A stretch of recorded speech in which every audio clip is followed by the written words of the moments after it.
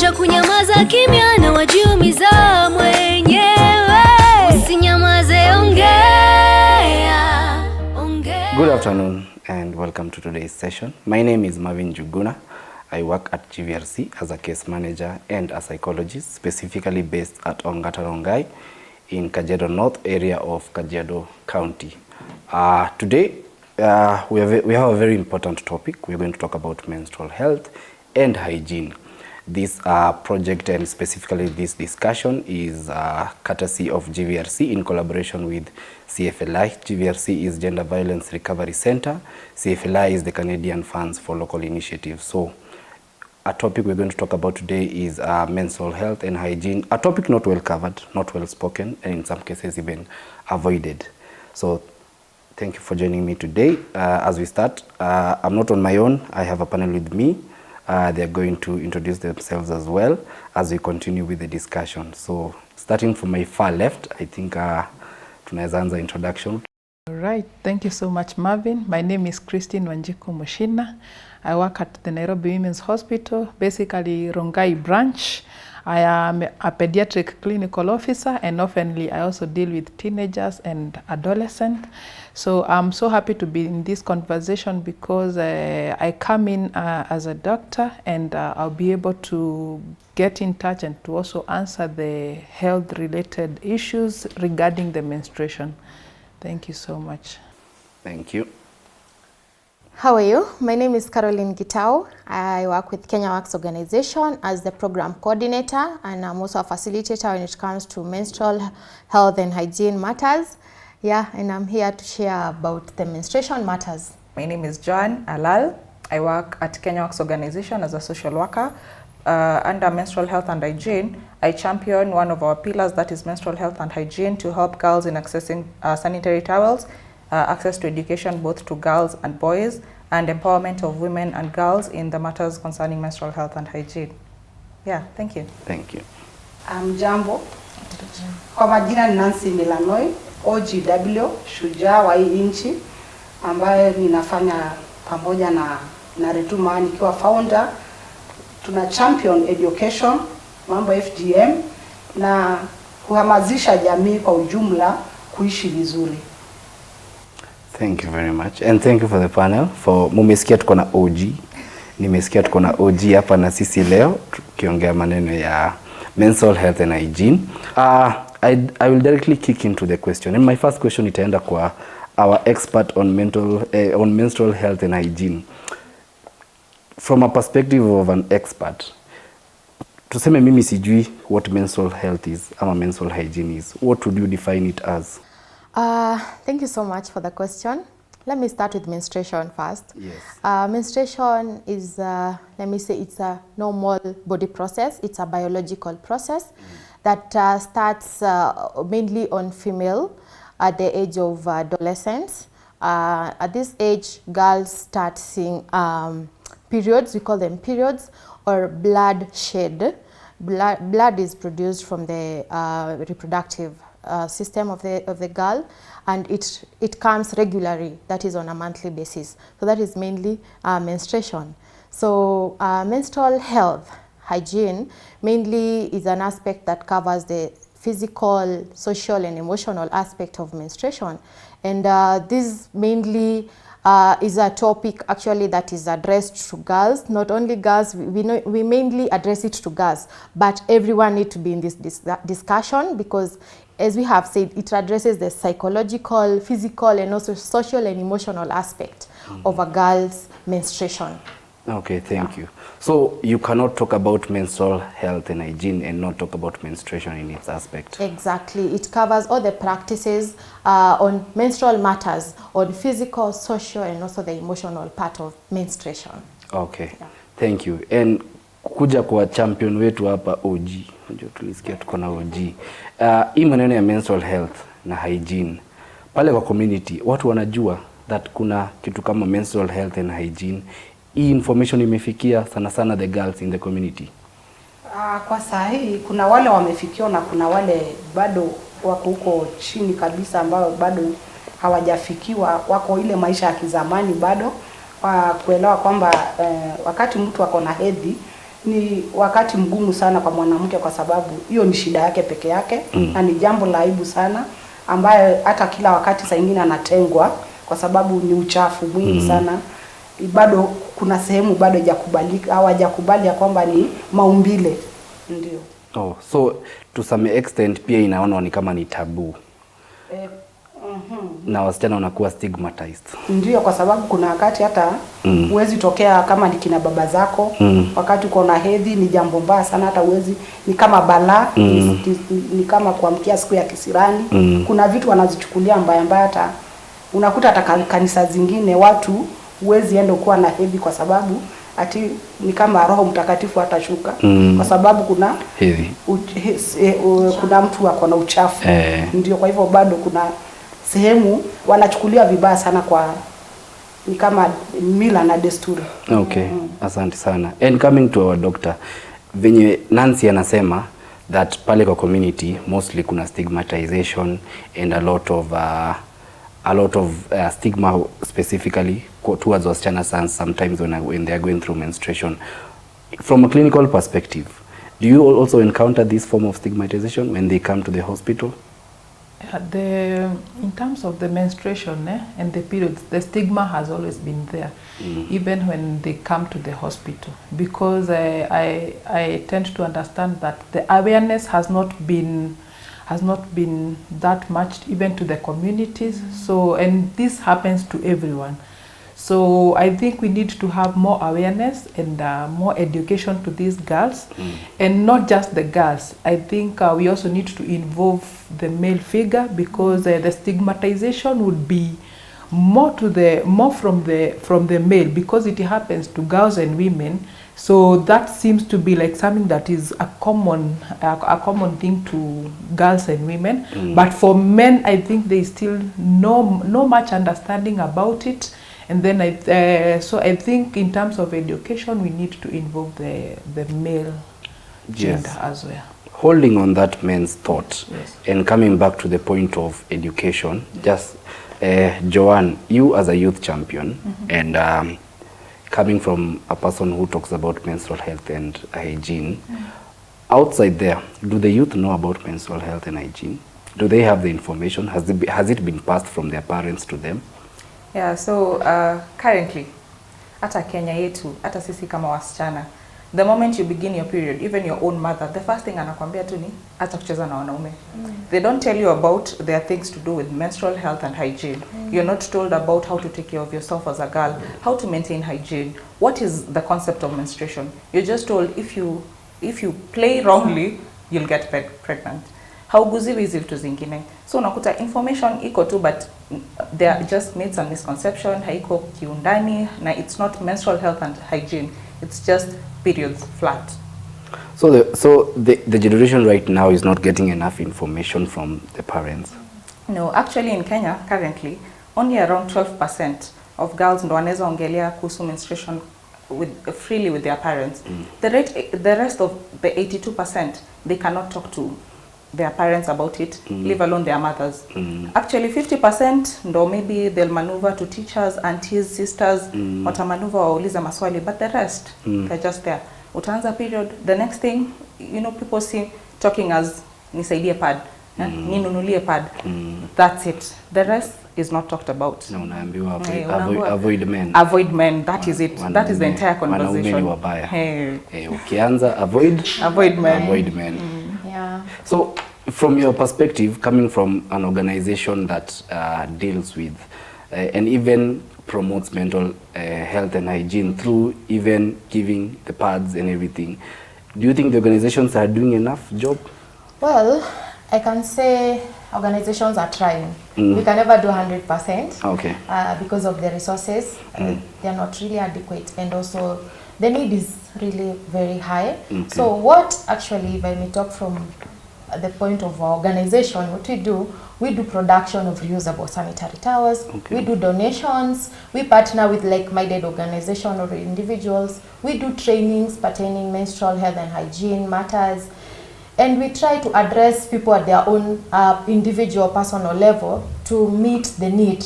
when it comes to menstrual matters. So yes, organizations are trying, and also the government is also trying, but we are not yet there. We are not yet there. We can't say that we have already met the need, because the information is not, the information is still not there to the community. We feel like there's still more space for us to maneuver into the community, train the communities, different communities, especially in the marginalized areas. Most organizations will not reach there because of many other factors, of course, but we need to go extra. We need to go far from other factors that are limiting us to reach to more people in the interior communities who are really suffering even to access the product itself. Accessing is another thing. Affording is still another thing. So all those factors brought together, they still make us feel that we are not yet there. Yeah. And talking about community and marginalized areas, Nancy, wewe umetoka pale kwa community, in the heart of the Ma community. And a few days ago tulikuwa na wewe kwa another activity, and mwalimu fulani aka mention that in a whole class, a whole grade 5, msichana ni mmoja tu kwa class and the rest are boys. Kwa hivyo swali yangu ni, in the specifically for Kajiado and Masai community, culture, is it an inhibitor? Inakazia wasichana kupata hii education on menstrual health and hygiene? Kitu moja, ukiingia bado huko mashinani ndani, bado wasichana bado hawaendi shule. Kuna wale kabisa unakuta wako machungani, kwa hivyo hata kupata ile elimu ni shida. Kama vile mwalimu aliposema, kuna student mmoja kwa darasa. Kuna shule utapata hata hamna msichana kabisa kwa darasa, kwa sababu bado wanaishi ndani kabisa. Hata kupata information, hata kuna wale hata wajui pads ni nini, hawajaiona hata pads. Na kwa wale wamebahatika kwenda shule kwa sababu ya organizations ama stakeholders wenye wanapita ama elimu kwa education, kuna wale sasa ni machungani tu, pengine anategemea tu mama yake mzazi aweze kumwelimisha mambo ya periods. So kuna wale kabisa hawajui hata ni nini inaendelea kwa maisha ya mwili wake, pengine tu anapoanza kuona ile hedge, mama yake tu ndiye ataweza kumwelimisha, na ni ngumu pia sana. So ni bado shida zipo. Kuna sehemu hakuna barabara, hata wale wafadhili wakitaka kuingia hata kuona ile community ni ngumu, pengine hata ni miguu tu tunatumia kwenda huko kuwaelimisha kwa vijiji. Ama sasa kama vile organization kama ile na run Narituma, tumejenga ile Manyata kama empowerment center ya kuwaita watoke mashinani, hata kwa wale hatuwezi fikia. Sasa tuko na hizo mentorship pale kwa Manyata, tunawaita, tunaweza kuwaelimisha hata wale wako machungani, na pale ndio tunaweza kulocate wale hawako shule na tunaweza kuwasukuma waende shule. I think it's a very good initiative, kwa sababu kama kwa grade mzima, you can imagine there is only one girl, na information about menstrual health and hygiene inafaa imfikie akiwa kwa hiyo shule, then inapata tu ni msichana mmoja, na hao wanaume hawezi ambiwa kuhusu menstrual health and hygiene, especially when ni place yenye culture is very rich and very deep and rooted in society. So a very good initiative, at least kupeleka pia kwa grassroots levels, kwa community themselves, and I think it's a very good initiative. Also to Nancy, pale pia kwa community kuna hizo myths na misconceptions. Kuna vitu watu wanajua kuhusu menstrual health zenye zingine ni ukweli, zingine ni uongo. Maybe kuna vitu watu hawana the complete information, wanajijazia maneno. Kuna vitu kama hiyo zinaendelea pale kwa community kweli? Kwa community wanajua kwamba sana wale wako bado kwa culture ambao hawajaona, wanajua kwamba mwanamke tu ndio unakuta waendi shule, kwa sababu wanajua mwanamke akishaanza kupata hedhi kazi yake ni azae tu. Akuwe mwanamke aoleke, akishakeketwa sasa ndio aweze kuwa mtu mzima aende tu kuzaa. Sasa hii mambo mengine yote anajua kwamba hiyo ni product tu ya kuzaa. Na pia ni jambo la aibu sana mwanamume, inamtengaga mwanamume na mwanamke wakati ako kwa periods, kwa sababu hata saa nyingine hata chakula chake hata ataka kukula juu ni chafu sana. Yeah, I think it's a concern. And coming back to you, Carol, is the government doing enough? They are trying. The government is trying. but not yet as again. As you all know that we had this free sanitary towel program that was rolled out, I think, in 2021 or 2022. And it was supposed to be a donation to girls, sanitary towels, on I think on an annual basis, which is not really happening. And if it is, not in every school. Because from our talk or interaction with the girls, these pads are not reaching to them. Girls are ending up using some really unhygienic products, such as pieces of clothes, pieces of mattresses, which are not hygienic, which are lowering their self-esteem. And we thought that the government introducing this program will as well maybe partner with other organizations, the teachers. There was also a topic, there was a concern that all public schools will have social workers in them, counselors who will interact with these girls. At this age, they need to be trained on menstrual health. They need to understand what is happening in their bodies. So those are loopholes that need to be addressed by the government, especially not only the teachers. I know teachers are also trained to do this, but they have a lot on their plate already. So we have other professionals who can be involved in this. I feel like, yes, we still have a lot. The government has a lot to do. Let's concentrate on this. It is a pandemic, lack of sanitary towel, lack of this information. It's not only, it should not be undermined, it should be really addressed by the government. Let's prioritize on it. So it's my call for the government to come and address the issue for our girls. In the communities, in the interior parts of the country, some of these parts, it's really hard even for organizations to reach because of lack of resources. So welcome government, let's do this together. You've mentioned the government's involvement, you've mentioned resources, and you've also mentioned products. Coming back to you, Joan, as a man, mimi kama mwanaume, kama boy child, ile product mimi najua tu ni pads. Na nikienda pia supermarket, naonanga tu pads. Hii kuna vitu zingine, are there any other products that are being used out there? Is it only pads? Because also as men, maybe we don't understand. So there are so many different types of sanitary products. Actually, all of those are sanitary products, and they are majorly categorized into two. Kuna disposable na kuna reusable. Disposable ndo ambayo yenye unaita pads, na most of us know about them, most of us see them, and most of us use them. Actually, you find we normally use disposable kwa sababu hiyo ndo tumeipata kwa society, tumeipata kwa supermarket, na that is the cheapest and easiest to get. But kuna disposable like hizo kama Always, Soft Care, the ones you use and you cannot use them again, you have to throw them away. Also there are tampons. Also there are non-reusable sanitary towels, meaning they are disposable, kumaanisha unakitupa. Also tampons are not quite conversant huku kwetu. Actually in Africa watu wanaiona ni kama when you use tampons you'll be breaking your virginity. Now they are actually sanitary products. Now there's no link between breaking virginity and using tampons. It needs to inatembea tu kwa society. Also hizo ni reusable.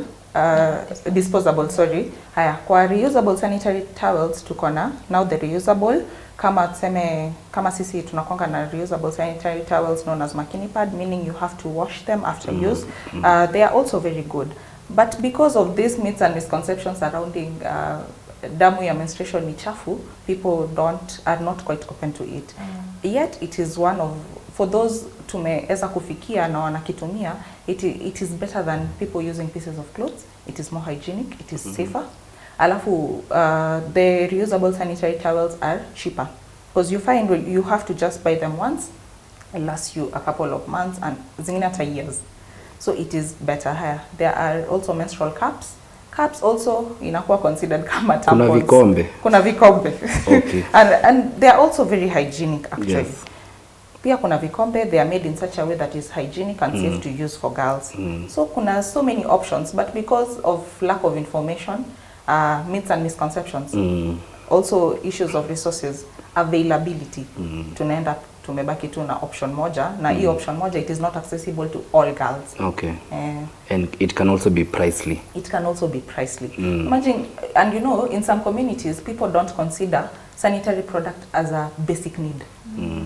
Mtu ataona, mzazi ataona acha ninunue chakula, tafute njia kwenda shule, a roof over the head, and things like sanitary towels are not considered as basic needs, and to a girl you end up, that's why unakuta in every school in Kenya utapata tu kuna wale watoto ambao every month they miss school because they do not have access to menstrual hygiene products. And even if they do have, unakuta wengine wana turn to unhygienic methods. We had cases of Turkana people sitting on sand. We also go higher. Carol was talking about the government and getting into the sanitary products. Yes, the government is doing a tremendous job. We acknowledge that. But unakuta, they do not give the sanitary products during the holidays. Imagine during the long holidays, what do girls use? If they are quite reliant or if they are dependent on these sanitary products from the government, during the long holiday, it means they do not have access. And that's why we find that is where the link comes in between pregnancy and lack of sanitary towels during the long holidays. Because hiyo wakati anaenda anatafuta mwanaume, the exchange of pads for money, ama pads for sex, in the end ends up getting pregnant. Tunarudi January after the long holiday, we have so many issues. Yeah. So it's a big concern. Okay. You're also a youth, so you have a leg or so, a perspective of another generation and the newer generation. What is menstrual health in the other generation, although the older generation, same as menstrual health in the new generation? Some things, tunasema culture is not just ati Kiluo, Kinini, ama Kimasai. It is also the things that we normally do, na tunaibeba, also in generations to come. So there are things, unakuta, okay, in the older generation you find there was no information at all, completely no information of menstrual health and hygiene, or even limited access completely. But currently there is information, but now the accessibility aspect, mtu maybe kumfikia. Socio-economic status, unajua mtu anaweza kuwa anajua the information is there, but hana hiyo pesa ya kuendea hii sanitary towel. No. Cultural aspect, the information is there, but culture diminishes you to a point unaona, ama ni ukweli, ni uongo, you know. There's that conflict between culture and good information. So in as much as the information currently is there are still things that are affecting this information. Inafanya bado watu waizi nini haya. We also go to rural areas where information is not rich. So kuna teknolojia, social media, there are apps promoting menstrual health and hygiene, training a girl how to track their period, how to monitor, all the information there. But not everyone has a smartphone. Bado kuna watu ambao wana simu, how information bado haiwafikia, especially in the rural areas. So there's still so much gap and there's still so much we can do. Thank you. Coming to you, Daktari, why are we still struggling with this topic? For years and years, the girl has been empowered. Siku hizi tunasema who is the most empowered person is the girl. Topics on GBV, topics of sexual and reproductive health rights, they are still being talked about. But why are we still struggling about menstrual health and hygiene even today?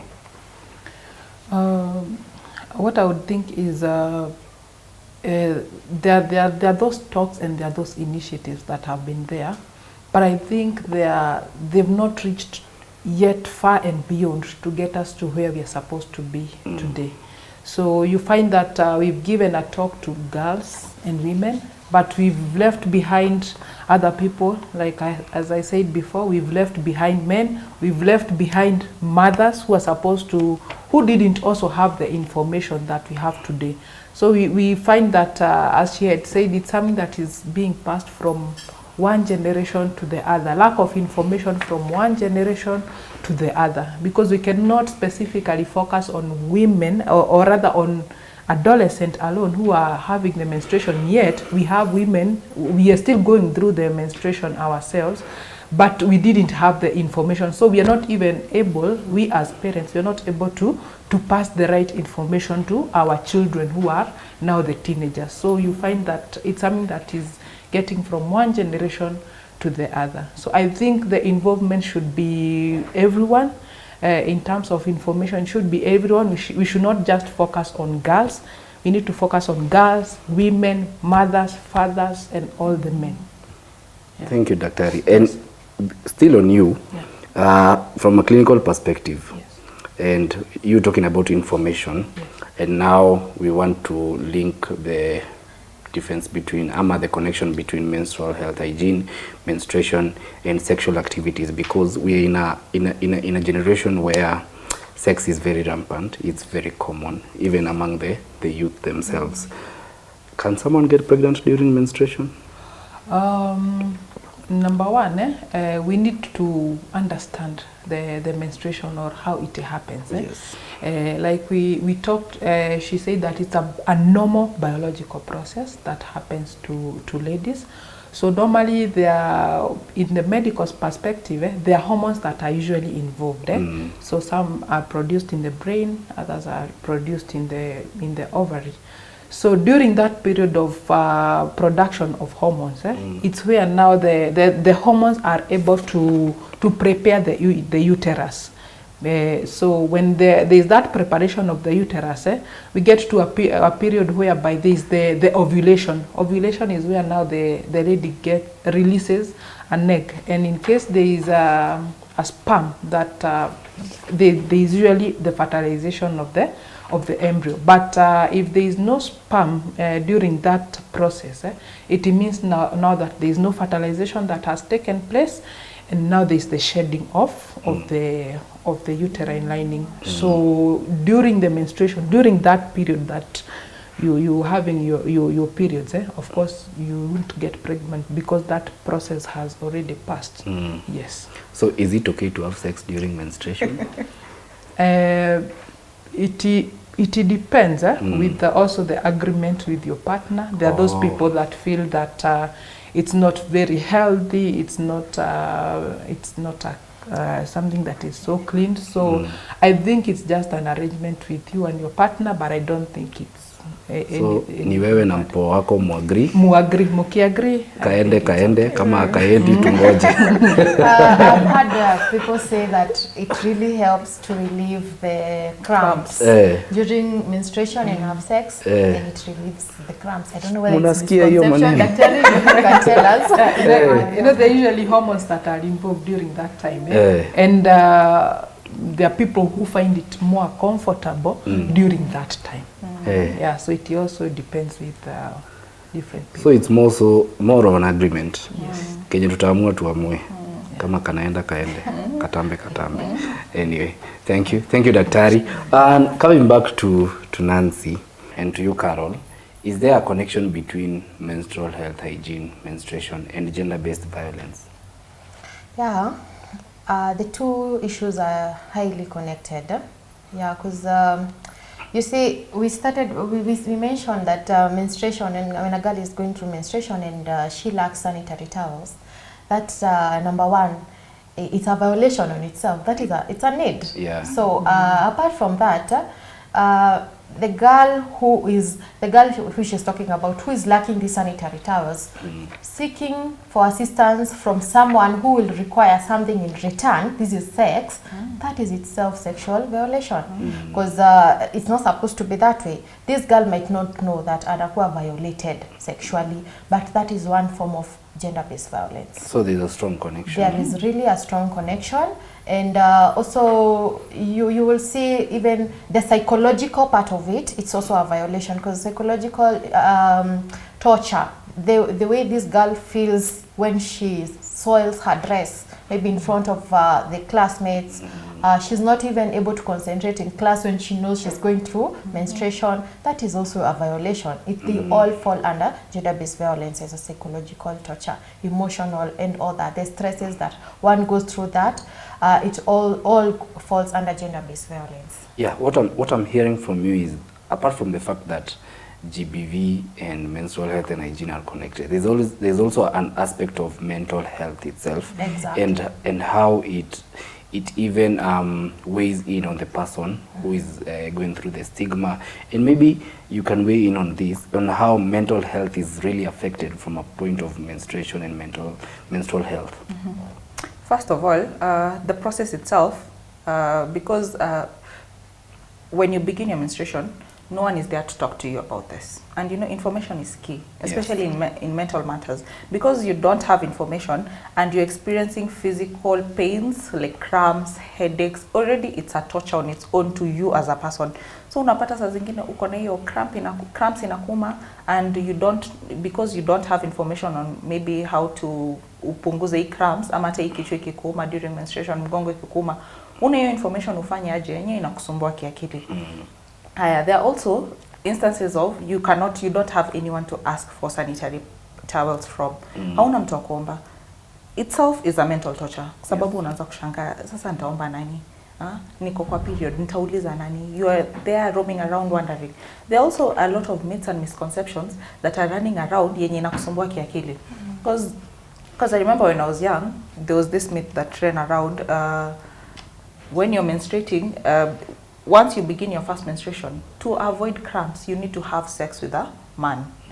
That is a myth on its own. As a girl, that will psychologically torture you. Because you're at that age, you're not ready for such things. You are still very young. You don't see sex as a necessity. You don't even know what it is. Already you start wondering, am I supposed to do this? You'll be affected emotionally, psychologically. So yes, there's a big challenge when it comes to emotional and psychological challenge, link between it and menstrual health and hygiene. Okay. Now that sasa umetaja mwanaume, na sasa wacha tuingie hapo kwa topic ya wanaume. And Nancy, wewe kwa ile community ya Masai with its deep culture na kila kitu yenye endelea huko, wanaume huelewa what menstrual health is na menstruation? Kwa sahi wanaelewa, na unaweza kuta unasikia kama pale tumesema wana exchange pads na 50 bob ya kununua pads. Hawa sasa kuna wale hii generation imeshaelefuka. Ndio unakuta wameanza kuintroduce wasichana wetu kwa hizi dawa za family planning. Sio wanaitaga sio ni pitu ama ni gani. Unakuta sasa mtoto mdogo ameanza kutumia mpaka zile dawa. Juu sasa huyu jamaa hataki msichana apate mimba, ataendelea kufanya na yeye mapenzi akimletea zile pads. So unaona ile msichana itakuwa ngumu sana kupata nini? Kupata mimba. Kwa hivyo kuna changamoto sasa. Juu sasa hii generation yenye imegrow na ni hawa jamaa wetu wa mapikipiki, hawa vijana wetu tu bado wako na akili mingi. So unakuta hata ule mtoto pia anasoma lakini anaathirika na zile madawa. So kuna hiyo issue pia inafaa kuangaziwa sana, kwa sababu hataki apate mimba, jua pengine ako na bibi. Inaweza kuwa hata mtu ako na familia yake na hataki msichana apate mimba. So anataka azuie ndio asistakiwe, ama ikijulikana amelala na mtoto mdogo ama amemweka mimba atafuatiliwa na familia. Kwa hivyo vijana pia wamekuwa wengine wa kuchangia wale wasichana pia wasisome. So kenye napata from you is wanaume wanajua that wako na information, badala ya kuitumia for the good wana take advantage. Na in that aspect pia wanatumia wasichana vibaya. Ndio, na pia unaona hii poverty pia umaskini inachangia, kwa sababu ule msichana kile kimefanya aende kubali ule mwanaume ni kwa sababu ya shida. So atakubali chochote, atafanya nini? Atamwambia ama atamfanyia. Okay. Thank you Nancy. Daktari, pale kwa hospitali na also even in the curriculum that you guys have as doctors, are men empowered to deal with menstrual health, and especially men who are doctors or in the field of medicine? Are they empowered or educated to deal with girls when it comes to menstruation or menstrual health? Do they have enough information? I think they have enough information, because we go through the same curriculum, whether you are a lady or a man. So for them, they are empowered, for that particular information. Okay. Yes. So the men wanajua what they're supposed to do. Yes. They have the same information as the ladies. As the ladies, yes. Okay. Yes. I think that's a very good step. The curriculum is playing as far as the information and awareness is concerned, and even practicing medicine itself. Yes. Thank you, Dr. And to Carol, also the topic on men. What is your view on how men view menstrual hygiene, menstrual health? Do they know enough? Do they need to know more? Yes. I feel like we need to involve men more. The men need to be involved more in this topic. Yes. They have a big role to play. First, when it comes even to training on the same. They need to be included in the team who are training on this. To their fellow men, to the girls, it needs to be a normal topic that can be addressed by anyone. They also have a big role to play when it comes to avoiding to shame the girls. These are our boys in schools. They need to learn that it is a normal body process, and even if a girl messes up, sometimes it happens, even if you have pads, and because maybe of one issue or the other, a girl soils her dress, they should not be the first ones to mock the girls as though it is something extraordinary. So they have a big role to play, and I feel like, yes, they are open, they are welcome to participate in this. Coming to Joanne, the younger generation right now, the youth, they're very vocal people, they're very outspoken, they're also very entitled, as mostly younger Generation Z. And what they believe they should be treated in a certain way, wanafaa kupendwa. Yes, but apart from all this, do they have information, specifically the boys? The boys on menstrual health and hygiene? Yes. Like you said, like all of you have said, the information they have is what they are using against us. They only know, you'll find a man ataki research kuhusu menstruation ni safe days ni lini, ovulate lini. That is the information they're interested in. Matters on personal hygiene, matters on cramping, matters on zingine muhimu on menstruation. Even if the information is there, they either do not want to know about it, for those who tuseme wako social media and they have access to this information.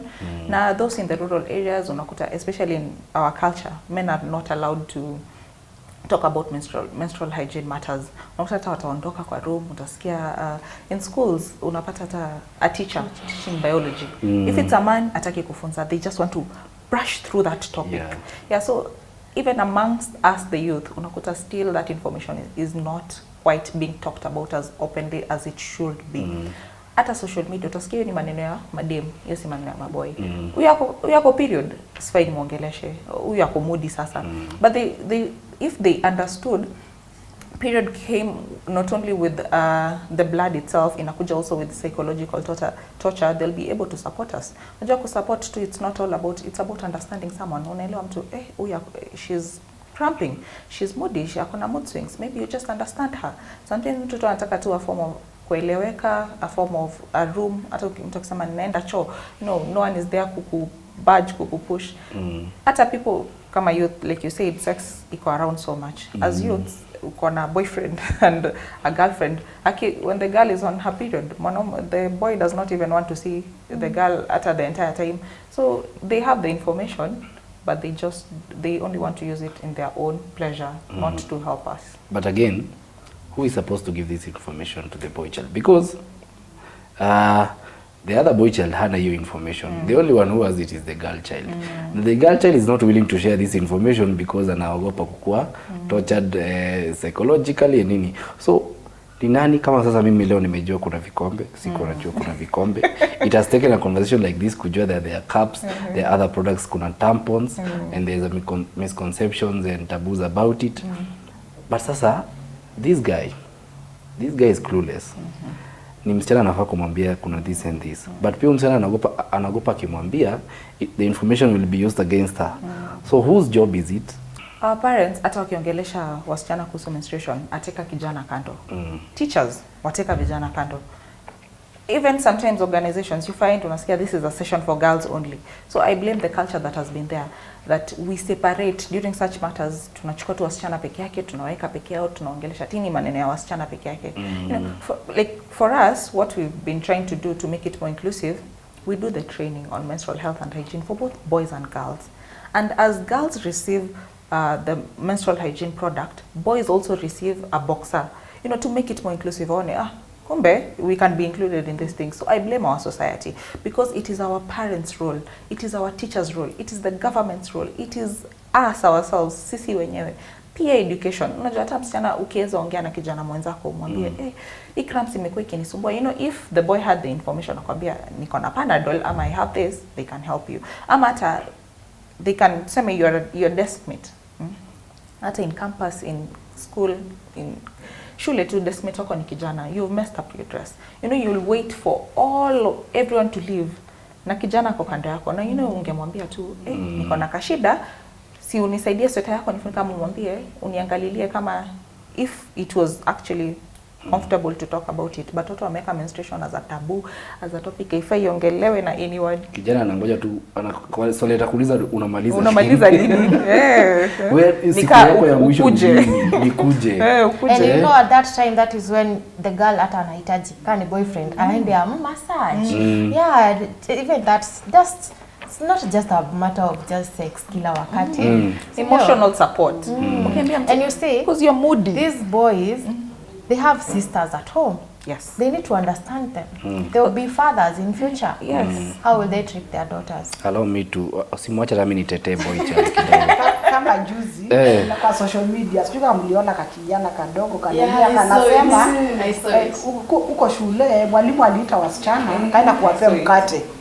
Wakakuja na huu mkate. Sasa watu wengi walikuwa na comment wakisema mama yake akaanza pia kumdanganya, kumbe ni amwambie ukweli. Sasa ule mama, hiyo ndio nafasi angechukua ya kumweleza ule mtoto ule uko mkate ilikuwa hivi na hivi, angegrow akijua. Ndio wakati mwingine mkate ukipeanwa anajua ni mkate mgani. Speaking for the boy child, tutetea wanaume. We need that information. For you to understand something, you need a whole perspective on it. I will judge something because I don't know enough about it, and I will assume my own things. So it's the same with all this. I think venye tu naongea, roping the boys in kwa easy conversations, easy trainings, easy sensitizations. Ndio wajue I also have a part to play in this menstrual health and menstrual hygiene. So thank you. I think I'll give each one of you a chance to give a parting shot in terms of our topic today, because we have come to the end of the session. Maybe tunaweza na daktari.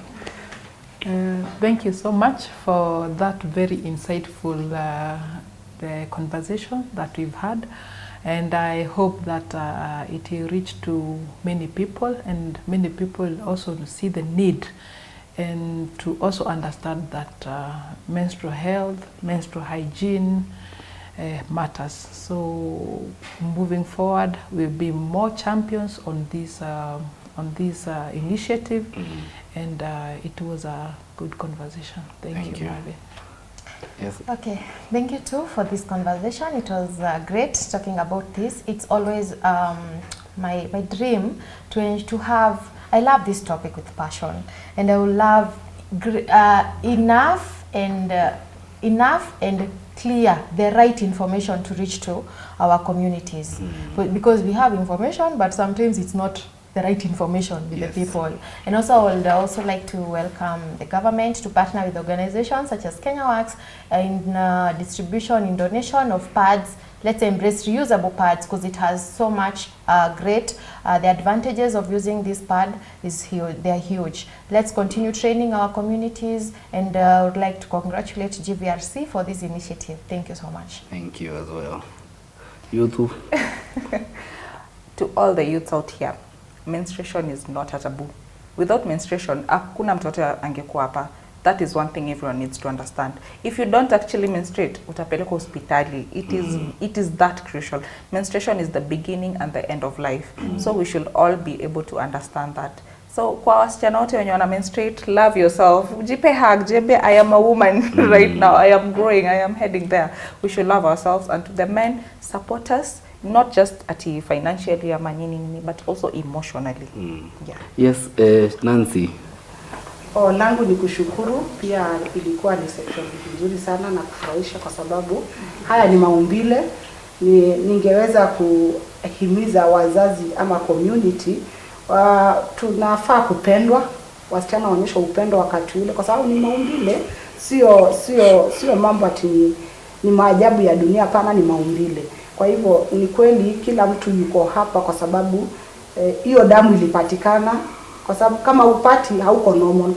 Kwa hivyo hii ni mambo normal kwa nature na kwa pia na kwa maumbile ya mwanamke. Kwa hivyo tunahitaji tupendwe, wasichana wapendwe, waonyeshe upendo, na wakati pia unaona mwenzako ana support, pengine ana ile pad, jaribu mkaribie na apate ile pad, ndio pia usafi iweze kuwa. Asante. Thank you, Nancy, and again, thank you to every one of you in your own capacities in what you're doing as champions, as practitioners, even as clinicians, as even the youth. to do what you're doing in your own capacities to promote and champion for menstrual health and hygiene, and to create noise huko nje and awareness and sensitization, to make sure that we are reaching as many people, as many youth, as many women, and even lastly as many men as possible, just to loop them in the conversation and the chatter. So we've come to the end of our conversation today. Just to remind you that this is a project for GVRC in collaboration with CFLI, which is the Canadian Funds for Local Initiatives, to promote and sensitize women and men, girls alike on menstrual health and hygiene. And thank you again for the conversation. I think it was very lively. We should promote more of these conversations. Sure. Na muweke wanaume mwingine mahali pale, musinimalize nikiwa peke yangu. Anyway, thank you. I think we're going to end there for today. Also, if you want to reach GVRC, we have a toll-free line which you can reach at any time, at any point. It is free. The number is 0800 720 565. Again, the number is 0800 720 565. It is available and open all around the clock. You can reach it at any time. It is free from any point you are in Kenya. It can be received, and you can receive any information, any help in terms of menstrual hygiene, in terms of gender-based violence, or in terms of any mental health promotion or help that you need. Thank you very much. Form ni aje, umejiuliza we, hakuna haja kunyamaza kimya na wajiumiza mwe.